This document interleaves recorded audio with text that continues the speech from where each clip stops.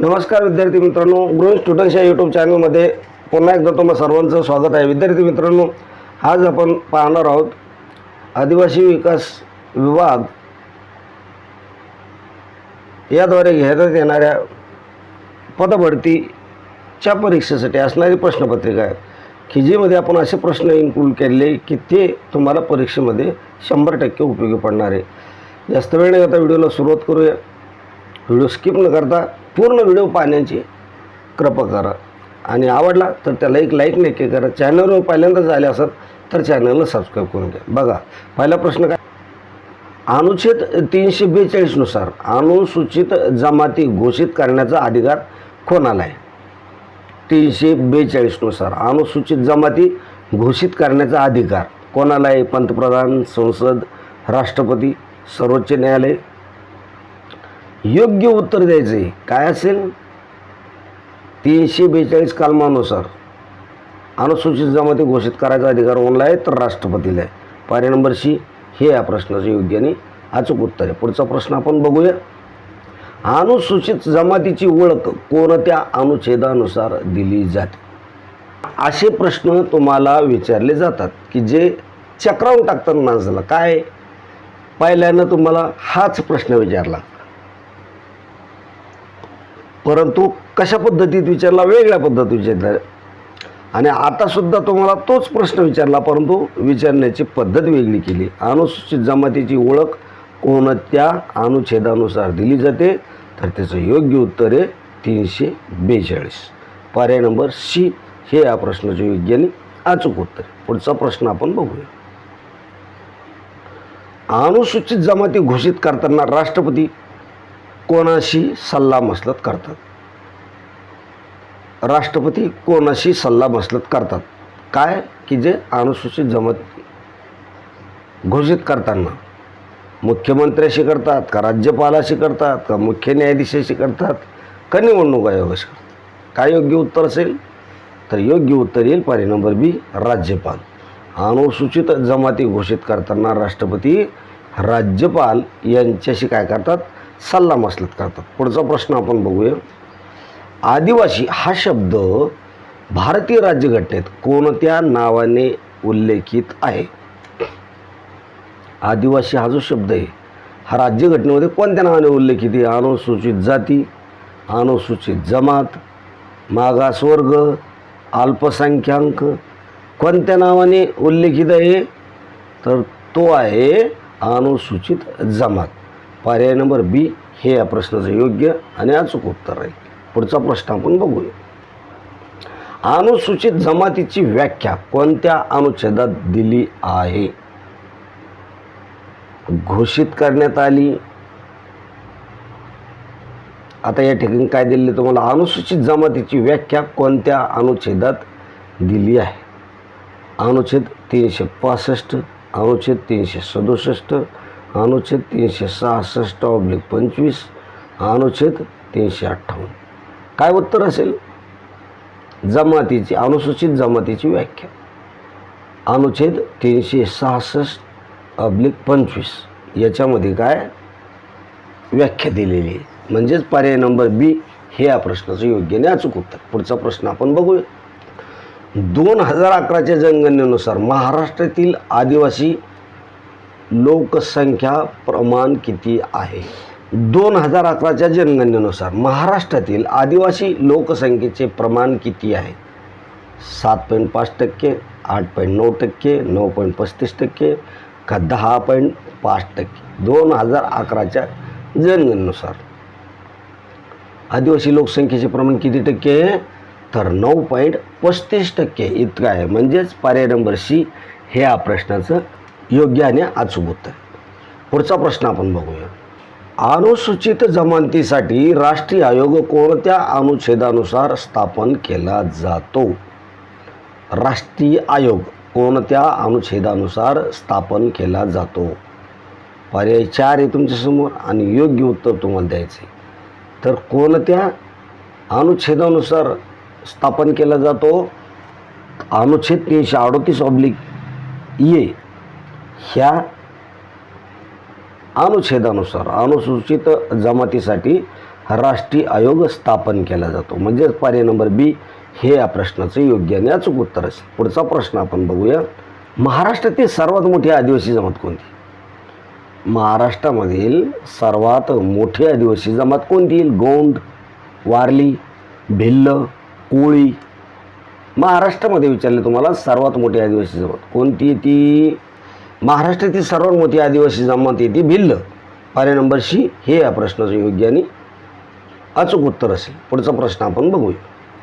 अनुसूचित जमाती व वन हक्काशी संबंधित कायदा कोणता आहे? वन संरक्षण कायदा 1980, पर्यावरण संरक्षण कायदा 1986, वन हक्क मान्यता कायदा 2006 आणि जैवविविधता कायदा 2002. काय योग्य उत्तर येतं त्याचं? तर याचं योग्य उत्तर येतं वन हक्क मान्यता कायदा 2006. पुढचा प्रश्न आपण बघूया. भिल्ल जमात प्रामुख्याने कोणत्या प्रदेशात राहते? भिल्ल जमात प्रामुख्याने कोणत्या प्रदेशात राहते? कोकण, मराठवाडा, सातपुडा प्रदेश, विदर्भ. कोणत्या प्रदेशात राहते? तर त्याचं योग्य उत्तर आहे सातपुडा प्रदेश. भिल्ल जमात प्रामुख्याने सातपुडा प्रदेश या प्रदेशात राहते. पुढचा प्रश्न आपण बघूया. महात्मा गांधींनी केलेला सत्याग्रहाचा पहिला प्रयोग कोणता आहे? चंपारण, मुळशी, खेडा, बारडोली. गांधींनी केलेला सत्याग्रहाचा पहिला प्रयोग कोणता आहे? तर चंपारण. पर्याय नंबर ए हे या प्रश्नाचं योग्य उत्तर. पुढचा प्रश्न आपण बघूया. सातपुडा प्रदेशाला कोणत्या नावाने ओळखले जाते? गोंड प्रदेश, कोकण प्रदेश, भिल्ल प्रदेश किंवा विदर्भ प्रदेश.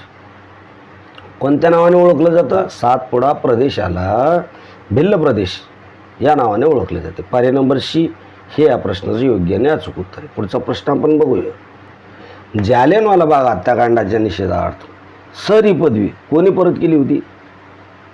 जालियनवाला बाग हत्याकांडाच्या निषेधार्थ सर ही पदवी रवींद्रनाथ टागोर यांनी परत केली होती. म्हणजेच पर्याय नंबर 1 हे या प्रश्नाचं योग्य उत्तर आहे. महात्मा गांधी, सुभाषचंद्र बोस, बाळ गंगाधर टिळक यांचे कार्य वेगळे आहेत. पुढचा प्रश्न आपण बघूया.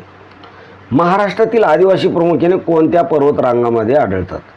महाराष्ट्रातील आदिवासी प्रामुख्याने कोणत्या पर्वतरांगामध्ये आढळतात? हिमालय, आरवली, सह्याद्री आणि सातपुडा, विंध्य पर्वत. महाराष्ट्रातील आदिवासी तुम्हाला विचारलेले आहेत तर प्रामुख्याने कोणत्या पर्वतरांगेमध्ये आढळतात? तर सह्याद्री आणि सातपुडा या पर्वतरांगेमध्ये. पर्याय नंबर सी हे या प्रश्नाचं योग्य आणि अचूक उत्तर. पुढचा प्रश्न आपण बघूया. भारतीय राष्ट्रीय काँग्रेसची स्थापना कोणाच्या पुढाकाराने झाली? राष्ट्रीय काँग्रेसची स्थापना कोणाच्या पुढाकाराने झालेली आहे? Allan Hume, Lawrence Kane, Robert Clive, Lord Dufferin. भारतीय राष्ट्रीय काँग्रेसची स्थापना कोणाच्या पुढाकाराने झालेली आहे? तर ॲलन ह्यूम यांच्या पुढाकाराने झालेली. म्हणजेच पर्याय नंबर ए ह्या प्रश्नाचं योग्य आणि अचूक उत्तर. पुढचा प्रश्न आपण बघूया. जागतिक आदिवासी दिवस कधी साजरा केला जातो? IMP प्रश्न आहे. सर्व विद्यार्थ्यांना प्रश्नाचं उत्तर यायलाच पाहिजे कारण असा प्रश्न 100% परीक्षेमध्ये विचारला जाईलच म्हणजे जाईलच. जागतिक आदिवासी दिवस कधी साजरा केला जातो? 5 जून, 9 ऑगस्ट, 15 ऑगस्ट, 26 जानेवारी. योग्य उत्तर आहे 9 ऑगस्ट. हा काय जागतिक आदिवासी दिवस म्हणून साजरा केला जातो. पर्याय नंबर बी हे या प्रश्नाचं योग्य आणि अचूक उत्तर. पुढचा प्रश्न आपण बघूया. सह्याद्रीच्या पूर्वेकडील प्रदेश काय म्हणून ओळखला जातो? सह्याद्रीचा जो पूर्वेकडील प्रदेश आहे याला काय म्हणून ओळखलं जातं? अतिपर्जन्याचा प्रदेश, ओल्या दुष्काळाचा प्रदेश, पर्जन्यछायेचा प्रदेश किंवा तराईचा प्रदेश. काय म्हटलं जातं? सह्याद्रीच्या पूर्वेकडील प्रदेशास पर्जन्यछायेचा प्रदेश म्हणून ओळखला जातो. पर्याय नंबर सी हे या प्रश्नाचं योग्य आणि अचूक उत्तर. पुढचा प्रश्न आपण बघूया. महाराष्ट्रातील आदिवासी विकास विभागाचे ब्रीदवाक्य काय आहे?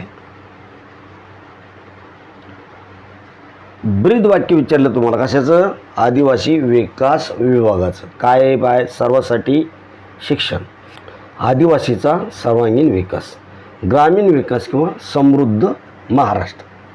महाराष्ट्रातील आदिवासी विकास विभागाचे ब्रीदवाक्य तुम्हाला विचारलं काय आहे? आदिवासींचा सर्वांगीण विकास हे याचं ब्रीदवाक्य आहे. म्हणजेच पर्याय नंबर बी हे या प्रश्नाचं योग्य आणि अचूक उत्तर आहे. पुढचा प्रश्न आपण बघूया. आद्य क्रांतिकारक वासुदेव बळवंत फडके यांचे वकीलपत्र कोणी घेतलं होतं?